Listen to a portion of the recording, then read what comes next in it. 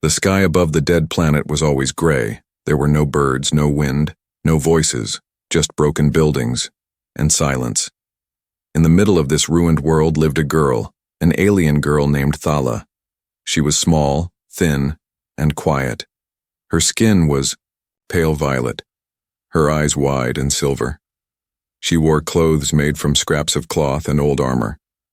Her hair was wild and long, full of dust. She had lived alone for 6 years. There were no friends, no family, no help, only memories. Every day she walked the same path, down the cracked roads, through shattered glass, past the giant metal statues that once stood for her people's pride. Now, they were just ghosts. Thala didn't speak, not to herself, not to the sky.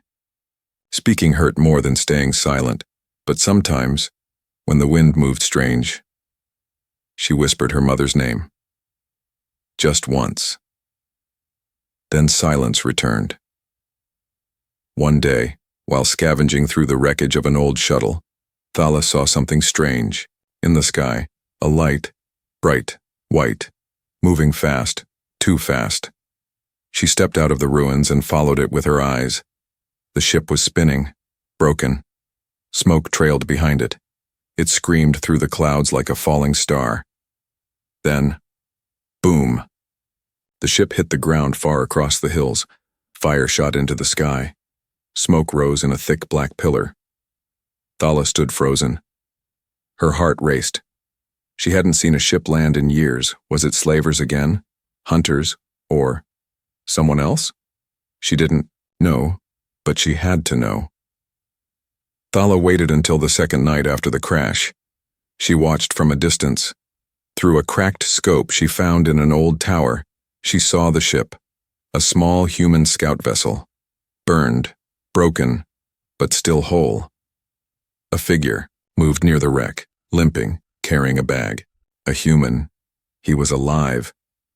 She gasped softly. It was the first human she had seen since the war. Her parents once told her humans were kind. Before everything changed, she didn't believe them then. Now, she wasn't sure. The man dropped to his knees. He pulled out a datapad. It blinked red. No signal. He slapped it. Nothing. Thala stared. Should she run? Should she watch? She stayed. That night, she crept close, silent as shadow. She saw the human sleeping near a small fire made from wreckage. His name was Eli, carved into a badge on his jacket. His face was tired. His leg was bleeding. He didn't look like a soldier. Just lost. Thala dropped a piece of fruit near his fire, then ran. The next day she returned. The fruit was gone, and on the ground, in the dirt, he had written, "Thank you." Her breath caught. He knew she was watching. Still, he didn't chase her. He didn't set traps. He just talked. "I don't know who you are," he said aloud, sitting alone, "but I'm glad you're here." His voice was deep but soft, calm. Thala hid in the ruins, listening from afar. He spoke for hours, about Earth, about space, about how he got lost during a mission. He told stories of music, of oceans, of coffee, things she didn't understand, but liked hearing. Every day he talked, and every night she left something near his fire. Water, herbs, sometimes an old battery. Every time, he left a message in the dirt. "Thanks, friend. Still here. Wish I could see you." One night the wind howled louder than ever. Eli sat shivering by the fire. His eyes were closed. Thala watched from behind a wall, torn. He was weak. He needed help. Her heart battled her fear. She took one shaky breath, then whispered out loud, "I hear you." The wind stopped. Eli opened his eyes. Slowly.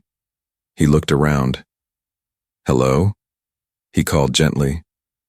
"Is that you?" Thala didn't answer. She was too scared, but her voice had reached him, and, for the first time in years, she wasn't invisible. That night, Thala didn't sleep. She sat under the stars. Her hands shook. Her world, the silent world, had changed. Because now, someone else was in it. Someone who didn't scream, didn't chase, didn't hurt. He just spoke and listened and thanked her. Maybe he was different. Maybe he could understand. Maybe she wasn't alone anymore. The next morning, the sun rose weak and pale behind the clouds. Dust blew softly across the ruins as Thala crouched near the broken fence watching the human from behind a cracked wall. Her heart beat faster with every second. Eli sat with his back against a piece of scrap metal, eyes closed, head tilted upward. His lips were dry. His leg was worse now, swollen, wrapped with a bloody cloth. He had eaten the last fruit she left. No food remained, no water, and yet, he smiled at the sky. Still no signal, he mumbled. Still here, but at least not completely alone. Thala swallowed hard. He was talking again, talking to her even though he didn't know her face. Something warm stirred in her chest. Fear? No, not this time.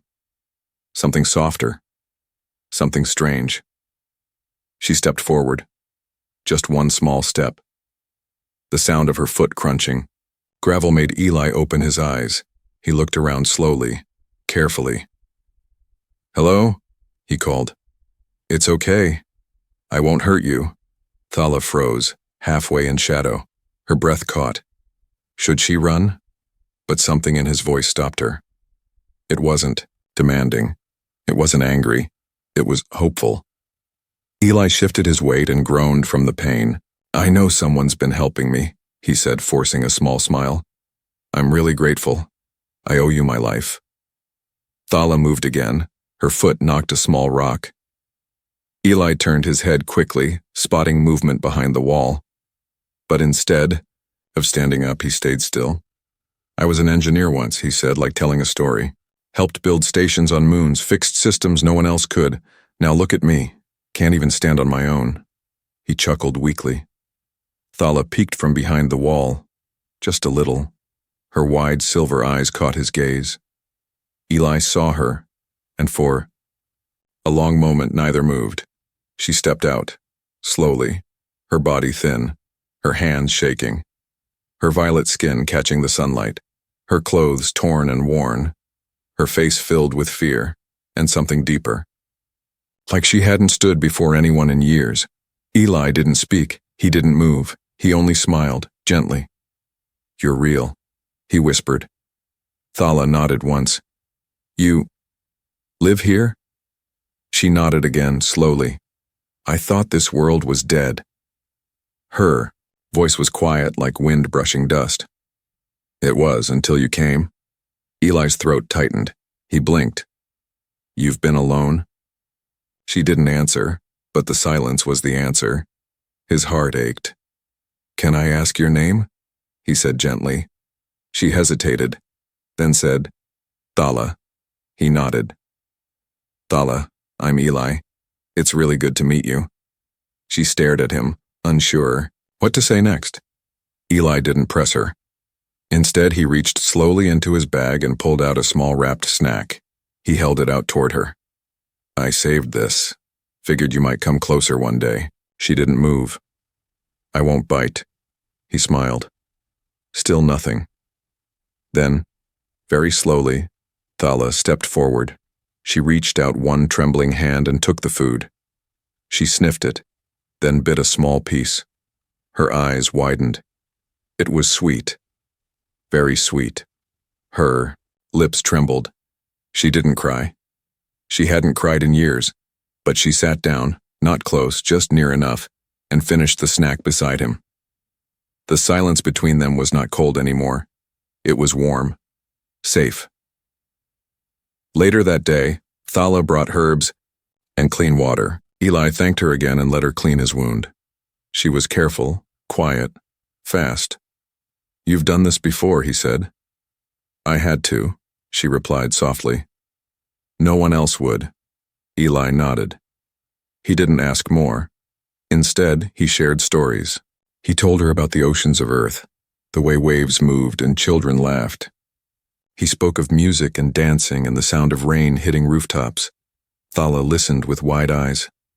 "I want to hear rain," she whispered. Eli smiled. "One day, you will." That night, they sat around the small fire together. Thala didn't say much. But she didn't run.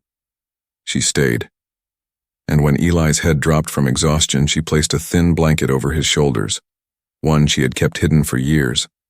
A small thing. But for her, it was everything. Far above, a ship in orbit caught traces of human tech on the surface. A silent signal pulsed from deep space, and something dark answered it. But Thala didn't know. Eli didn't know. They only knew one thing.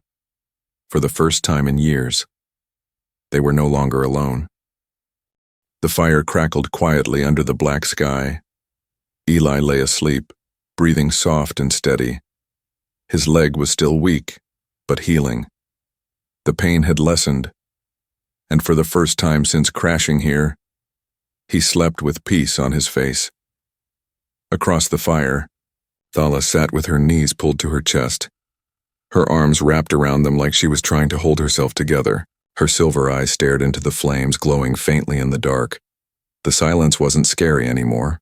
It was safe, because he was here, because he talked to her like she mattered. That night, something stirred inside her. For years, she had spoken only to herself, or to ghosts, or to the stars who never answered. But now, there was someone to hear her. Her voice broke the night air. "Why do you trust me?" Eli's eyes blinked open. He didn't move. "Because you helped me," he answered softly. "You gave me food, water, medicine. You didn't leave me to die." Thala lowered her head. "But I could have. I thought about it. I was afraid." Eli smiled. "I was afraid too. But something in me said, 'Don't be.'" I listened. A pause. Then Thala asked, "Do humans always talk this much?" Eli laughed, a soft, surprised sound. "Only the good ones," he said. For the next few days, their world changed. They built a shelter together using scrap metal and old solar panels. Thala showed Eli where the underground water lines still worked. He showed her how to fix the heat generator using just 2 wires and a battery. She smiled for the first time when it worked. A real smile. It made Eli pause. She looked so young, yet her eyes held years of pain. "How long were you alone, Thala?" he asked one night. She stared at the stars. "Since I was 10, Eli's heart dropped. "I was with my mother when they came. Slavers, hunters. They burned the cities, took people, chained them. My mother told me to run. I did. I hid. I never saw her again." She swallowed hard. "I waited. For days. Then weeks. Then I stopped counting." Eli didn't speak. He reached over and placed a hand gently on hers. She didn't pull away. That same night, the stars above flickered. Thala noticed first. "Something is wrong." Eli looked up. "What do you mean?" She stood, staring hard at the sky. "There's a ship, moving fast, not like yours." Eli followed her gaze. He saw it now too, a black shadow blocking stars as it passed. "That's not a rescue ship," he muttered. "No," she whispered. "That's a hunter." Thala grabbed Eli's hand and pulled him toward the old tunnels. "Wait, where are we going?" "They patrol this planet sometimes," she said. "Searching for survivors, for slaves." "You said they never came." "Back, they didn't. But I didn't speak back then. Now I did." Eli's eyes widened. "The signal, my ship's beacon. I forgot to shut it down." She didn't yell, she didn't cry. She just ran, and he followed. Deep underground, they reached a sealed door, rusted and covered in dust. Thala placed her hand on a small panel. It beeped softly. "It still works?" Eli asked. "My father built this before the war." He said, "If we're ever in danger, come here." The door opened. Inside was a hidden chamber. Not big, but full of old supplies, lights, and a communication console. "I never turned this on," Thala said. "I was too afraid." Eli stared at the console. "Maybe now. It can save us." He started working on the panel. Outside, the wind howled louder. The sky turned red as the hunter ship entered the lower atmosphere. Inside the bunker, Thala's hands shook. "I shouldn't have talked to you. I shouldn't have helped. Now they'll find me again." Eli stood, placed both hands on her shoulders. "No. You did what was right. You saved me. Now let me help you." Thala looked into his eyes. No lies. No fear. Just trust. And for the first time in her life, she believed it. Above the ruins, the hunter ship hovered, black, silent, watching, scanning for movement. It found the wreck of Eli's ship, but no bodies. It began to descend, metal legs spreading wide. Thala and Eli waited in the dark. Her voice broke the silence again. "Even if they take me." "Thank you, Eli." He squeezed her hand. "They won't." In the shadows of the silent world, the girl who once ran from voices finally found one worth listening to, and the man who came from the stars found someone worth fighting for. The darkness outside deepened, but inside, their light had just begun to shine. The hunter ship landed like a beast claiming its prey. Its heavy legs dug into the old concrete, cracking what was left of the city square. Red light scanned the ruins. Drones flew out, buzzing like angry insects, searching for heat, breath, life. But Thala and Eli were far below, hidden in silence. The old underground chamber shivered as the wind above screamed. The lights flickered. The air grew tight, heavy. Thala sat against the cold wall, knees hugged to her chest. Eli paced, checking the power lines and the ancient backup systems. She watched him. This man, this human, was the first person to speak to her without fear, without hate, and now he was risking everything for her. "I rerouted the signal," Eli said quietly. "If we're lucky, they'll think it came from the opposite side of the ruins." Thala nodded. "They won't stay long if they don't find anyone." But her voice was thin. "Not sure. They're not just looking for life," she added. "They're looking for me." Eli turned. "Why?" She looked at the floor. "Because I escaped. And because I was one of the last royal children." Eli froze. "You were royalty?" "Before the war," she whispered. "Before they burned our palace. Before they hung my uncles and whipped my mother until she collapsed." Eli's chest tightened. "And you?" "I was only 10. They called me a little prize. But I bit one of them. I ran into the tunnels. I never stopped running."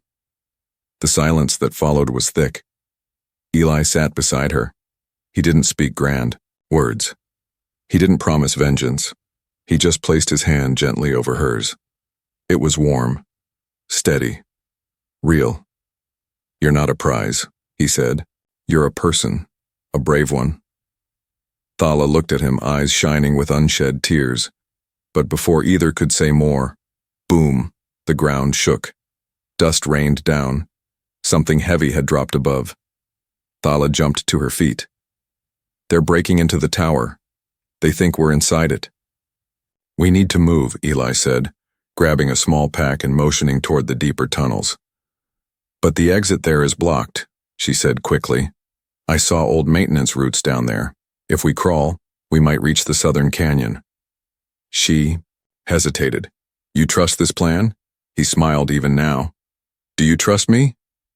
Thala stared at him, then gave a tiny nod. They entered the dark tunnels. No lights. Just the faint blue glow of Eli's portable lamp. The walls were narrow, closing in with each step. Pipes hissed. Old wires hung like webs. But Thala moved like she belonged there. She did. This had been her prison for years. But now, it was there, Escape. Suddenly a sound echoed behind them. Clang. Eli turned. That wasn't metal shifting. No, Thala said. They've sent a drone. A red light flickered in the shadows behind them. Run! She yelled. They sprinted through the narrow tunnel, turning sharply, sliding down a sloped corridor. Eli's leg throbbed with pain, but he kept up. Thala guided him, remembering every crack, every turn. They reached an old hatch. Rusted. Locked. Thala pulled hard. It didn't budge. The drone drew closer. Red lights flashed faster. Eli stepped forward. I got this. He grabbed a metal rod and slammed it between the hinges using all his weight. With a loud snap, the hatch burst open. Go, he shouted. They slipped inside, closing it just as the drone reached the door. They sat in silence, breathing hard, alive. Inside the next chamber, the ceiling opened into the sky. The southern canyon lay just ahead, full of rocks and deep fog. Freedom. Thala stared at the opening. I never thought I'd see this again. Eli limped beside her. We made it. But her joy faded quickly. I know who leads this hunter group, she said.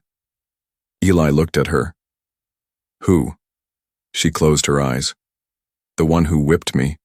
For 5 years straight. Every time I screamed, he laughed louder. He called it training. Eli clenched his jaw. I saw him once, with metal claws. He had my father's crown melted into his armor. Eli placed a hand on her shoulder. We can keep running, but Thala shook her head. No, I've run long enough. She walked into the open air. For the first time in years, the wind touched her face without bars between them. I know the mountains, she said. They can't catch us there. Eli followed. Then lead the way, princess. She turned to him. I'm not a princess anymore. He smiled. No. You're something stronger. And as the hunters stormed the ruins behind them, the girl once broken by chains now stood tall, in the wind, next to the only person who ever saw her not as a slave, but as someone worth saving. The cold wind blew over the canyon carrying the smell of rust and dust. Thala moved carefully along the jagged rocks, helping Eli climb with her. The sky above them turned darker with every passing hour. The hunter ship was searching the ruins behind them, but they didn't have much time. If they didn't hide well, they would be spotted by nightfall. We'll rest at the caves, Thala said softly. Just a little farther. Eli nodded, sweat on his forehead. His leg still hurt, but he followed her without complaint. You've done this before. I had to. These canyons were the only place the hunters never searched properly. Too many sharp rocks, too many tunnels. Even they feared what lived here once. Eli raised an eyebrow. What lived here? Thala looked over her shoulder. Things older than both our races, but they're gone now, I think. He chuckled, but it faded quickly. You're not afraid of them? I'm not afraid of monsters, she said. Only of the one wearing my father's crown. Hours passed before they reached the cave. It was deep, hidden under an overhang. Cold air blew from inside, but it was safe. Thala built a small fire from dry roots. Eli leaned against the wall, his breathing heavy. Do you still think about your home? She asked, watching the fire. Eli nodded. Sometimes. I miss it. Not the noise, not the cities, but the quiet things. A real bed. My sister's bad singing. Rain. Thala closed her eyes. I never got to say goodbye to my mother. Eli's eyes softened. If she saw you now, she'd be proud. She didn't answer, but her eyes glistened. Later that night, Thala stepped outside the cave. The wind had stopped. The sky above was full of stars, but one star wasn't a star. It was the hunter ship, glowing red and moving slowly across the sky. Suddenly, a memory hit her. She was 10 again, tied to a cold stone wall. The whip cracked. Again and again, a voice laughed, a deep, cruel sound. Little royal brat. Still haven't learned to scream the way I like. Thala's fists clenched. That voice had haunted her dreams for years. She turned and walked back to Eli. I saw him, she said. Eli sat up. The one who hurt you? She nodded. His name is Baron Cravon. He used to work for my father as a commander. When the Empire fell, he became worse than the monsters. He's the one hunting now. Eli leaned forward. Then it's personal. She nodded again. And he's close. At dawn, the sky thundered, not from a storm, but from a second ship landing, smaller, faster. Thala watched through the narrow canyon gap. A group of armored hunters stepped out, scanning the rocks. Then he appeared. Baron Cravon. Tall, thick armor made of black steel and bone.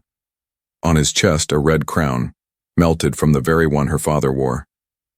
His face was twisted by old scars.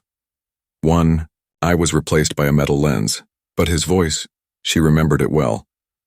I smell her, he said, grinning. The little pet that ran away, she's close. Thala's breath caught. Eli grabbed her arm gently. We can go. Deeper into the caves. Hide. But she shook her head. No more hiding. She reached into a crack in the cave wall and pulled out a long, wrapped object. Eli looked surprised. What's that? She unwrapped it slowly. It was a spear, old, dusty, but sharp. Silver markings ran along its shaft. My father's last gift. He told me, if you ever find yourself alone, hold this and remember who you are. Eli stepped back, stunned. You're really going to fight him? I won't win, but I'll make sure he never hurts anyone again. Eli grabbed her hand. Then I'm not letting you go alone. Thala turned to him. You don't have to do this. You came from another world.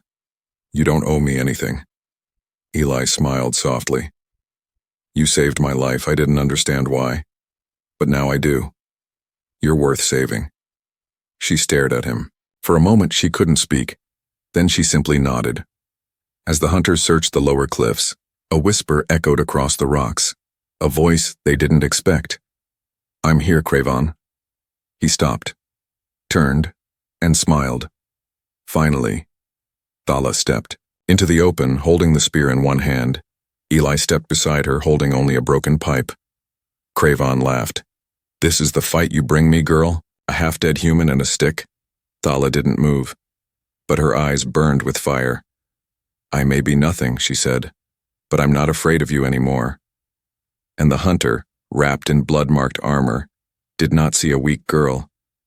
He saw the fire of a world he thought he had destroyed, and standing beside her, a human who would die before letting her fall again. The canyon was silent. Not even the wind moved.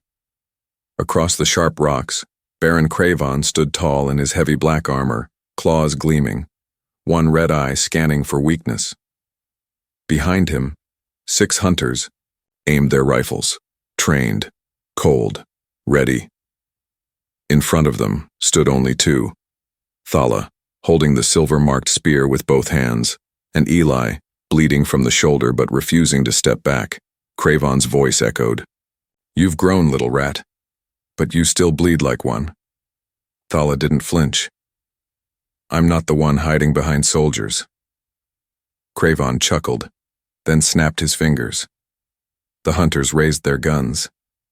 Eli whispered to Thala, we can still run. There's a path through the lower cave. She shook her head. If we run, he'll hunt others. It ends here. He looked at her. Really looked. This wasn't the quiet girl from the ruins. This was a fighter, a survivor, a queen without a crown. Then I stand with you, he said. She gave him a small, sad smile. Thank you, Eli. Then Thala did something no one expected. She stepped forward, alone. Spear in hand, wind in her hair, her violet skin shining under the sun. Let your men fall back, she said to Cravon. Face me yourself. Like you should have years ago. The hunters looked at one another, unsure. Cravon laughed again. You want single combat? I want justice. His red eye narrowed. He raised one metal hand and motioned for the others to lower their weapons. I'll enjoy this, he said, stepping forward. Eli watched, heart pounding. Thala stood like a statue, calm, balanced. The Baron charged, his claws flashed in the light, sharp enough to slice bone. But Thala spun aside, her spear cutting low, drawing sparks off his armor. He roared and swung again. She ducked, moved like water, fast, graceful. She wasn't fighting with rage, she was fighting with control, with purpose. She stabbed forward, hit his shoulder, metal cracked. The hunters gasped. Craven growled, slammed her with his arm. She flew backward, hit a rock. Eli moved to help, but she waved him back. No. Blood ran down her lip. She stood again. You tortured my people, she said. Burned my name, but I'm still here. You're weak, Craven shouted. No, she whispered. You just never broke me. And with a sudden burst, she charged. Leaping high, the spear struck his chest where the crown was melted into the armor. The impact sent a shock wave through the rocks. Craven stumbled. Then with a scream, he grabbed the spear and snapped it, in half. Thala hit the ground hard. Eli ran to her. Her breath was shaky. Blood stained her side. Craven laughed and raised his claws. Any last words, girl? Thala didn't answer, but Eli did. He grabbed the broken end of the spear, turned it fast, and drove it deep into the side of Craven's armor, right under the arm joint. A perfect weak spot. The Baron screamed, spun, and Eli fell to the ground. But Thala had already moved. With the other half of the spear, she slammed it straight into the center of Craven's chest. The mark of the crown shattered. His armor cracked. His body trembled. He fell to his knees. Not possible, he choked. Thala stood over him. You ruled through pain, she said. I fought with hope, and with one final strike, she ended it. The hunters stared in shock. Their leader, dead. One by one, they dropped their weapons. Some ran, some fell, to their knees. None dared fight her again. Later, under the shade of the rocks, Eli woke up with a gasp. Thala was there, holding his hand. You're okay, she whispered. He smiled weakly. You won. No. We won. That night, the canyon was quiet again, but this time, it wasn't fear. It was peace. Thala sat beside the fire, watching the stars. Eli leaned against her side, a bandage around his chest. You know, he said softly, you should rebuild. Start something new. Thala looked at the sky. I don't want to be a queen. Eli smiled. Then what do you want to be? She turned to him. Free, and far above in the night sky a new ship blinked into orbit, following the signal Eli had secretly finished before the fight. A human rescue crew. Hope was finally coming. But Thala had already found her first real home, in one human's heart. 3 days had passed since Baron Craven fell in the canyon. The hunter ship had vanished. His soldiers had scattered. And now, the land that once echoed with pain was quiet. Thala sat at the edge of a cliff, her legs crossed, the broken pieces of her father's spear beside her. In her hands, she held the crown emblem that once marked Craven's chest, the melted royal seal, bent and bloodstained. She stared at it, not with hate, but with calm. This piece of metal had once ruled her life. It didn't anymore. Behind her, footsteps crunched gently on stone. It was Eli, his wounds healing slowly under rough cloth. He had a limp now, but his smile was still strong. You okay? He asked, sitting beside her. Thala nodded. I should feel something big, but I don't. That's not a bad thing, Eli said. It means your heart is finally free. Later that evening, they sat by a fire in one of the deep mountain caves. The stars above them were brighter than ever. No machines, no sirens, just the soft crackle of burning wood and the sound of their own breathing. I used to dream of escaping this planet, Eli said. Finding a ship, going back to Earth, seeing real trees again. Thala looked at him quietly. But now, he continued, I think this place has something Earth doesn't. She raised an eyebrow. Dust and pain? He smiled. No. You. She looked away, but not fast enough to hide the warmth in her cheeks. I've never had someone say that to me, she said softly, and I've never meant anything more. The next morning, a ship broke through the clouds, a real one. The human rescue crew Eli had called during their escape had finally arrived. The ship hovered over the canyon, its lights scanning the area. Eli and Thala climbed to a high point and signaled with the flare gun left behind by the hunter soldiers. Within minutes, the ship lowered its ramp, and humans in clean uniforms came running out. Human survivor located. One called into his radio. And we have an alien native, not hostile. Thala froze. Eli stepped in front of her protectively. She's not a native, she's a survivor, and she saved my life. The captain of the ship looked at them both, then nodded slowly. Understood. Inside the ship, everything was cold metal and smooth lights. Thala stared at the walls, the buttons, the glowing panels. It was the most advanced tech she had seen in years, but it felt strange, too clean, too unfamiliar. She stood by the window, looking back at the ruins below. I don't know if I belong up here, she said. Eli walked over, leaning beside her. Home isn't metal walls, or planets, or even safety. She turned to him. It's people, he said. It's whoever makes you feel seen. Thala stared at him. Her fingers touched his hand, and for the first time in years, she smiled without fear. Weeks passed. They were taken to a safe outpost where Eli received full medical care. His leg healed. His strength returned. Thala was offered food, clothes, education, even a new name if she wanted it. But she kept the name her mother gave her. One night, Eli found her standing by the star screen, watching Earth from far away. You ever want to go? He asked. She shook her head.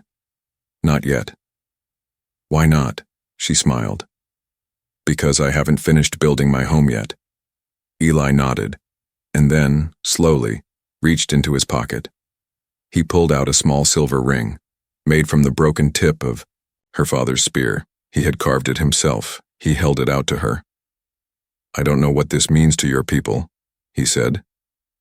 But on Earth, we offer this when we ask someone to stay forever. Thala's eyes widened. You want me to stay? With me, he said softly. Not as a symbol, not as a survivor, but as someone who matters. Her hands trembled as she took the ring. She looked up at him. I've waited my whole life to hear those words. They didn't speak more. They didn't need to. The stars above didn't shine any brighter that night. But in one small outpost, on the edge of two broken worlds, a new beginning had quietly begun. No crowns, no chains, no running, just freedom, just love, just home.